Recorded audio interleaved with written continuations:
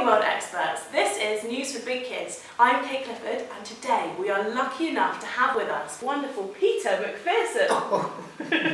He is an international newsreader and a wise grandfather. Oh. Peter is going to help us to understand all this talk about a migrant crisis. Yes. Yeah, so Peter, what is a migrant? Well, a migrant is someone who is fleeing war or desperate violence in search of safety and a better life. Oh, I see, but why is it a crisis? Well, there are three key reasons. Firstly, the journey over to England is an epic journey, battling huge waves in tiny boats, and thousands of people have died because the boats that people travel on are managed by criminal gangs with no safety rules. So the boats are small, rocky and overcrowded, but with no safety jackets? Gosh, even Jack Sparrow would be scared on those boats. Oh, he definitely would. Oh, dear.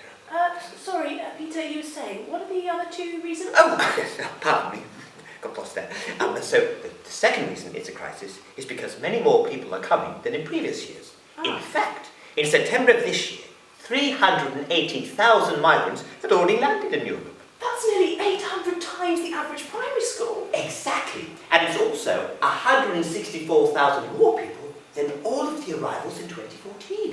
The final reason it's a crisis is because Europe does not have enough homes, food, doctors or schools to look after the millions of people.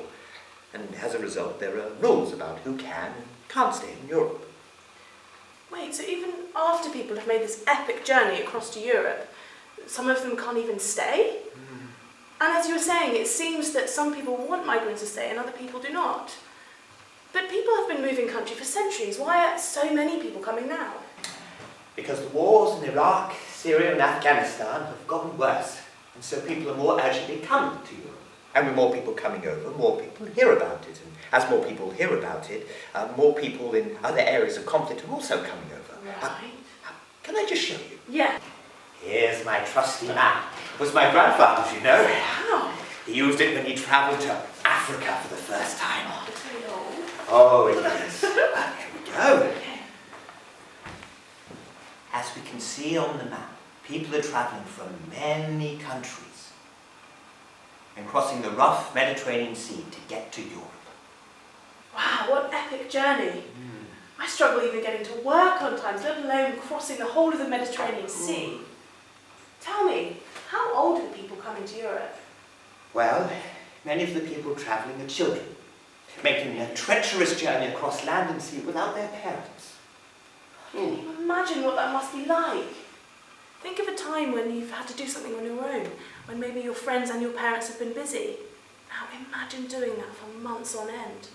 Yes. For instance, the BBC interviewed 11-year-old Safid, who took a whole year to travel the 5,000 miles from his home in Afghanistan. Oh. So, tell me, how can we help people like Safid? Well, we need children to have migrants their age feel safe when they arrive in Europe. And one way of doing this is to support the Jungle Bookstore. Now, the Jungle Bookstore is a makeshift bookstore in a refugee camp in Calais in France.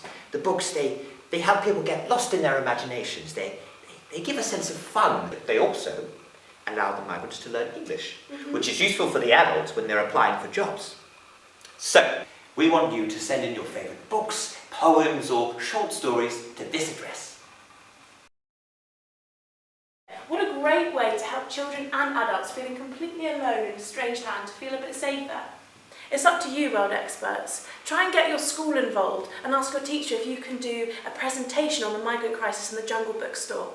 You could even write a note of personal welcome and put it inside the book that you're sending over. It's up to your imagination, so get those pages turning. I've been Kate Clifford, and this has been... Oh, Peter McPherson. And this is News for Big Kids. Until next time, see you later. So, where are you from this one? Oh.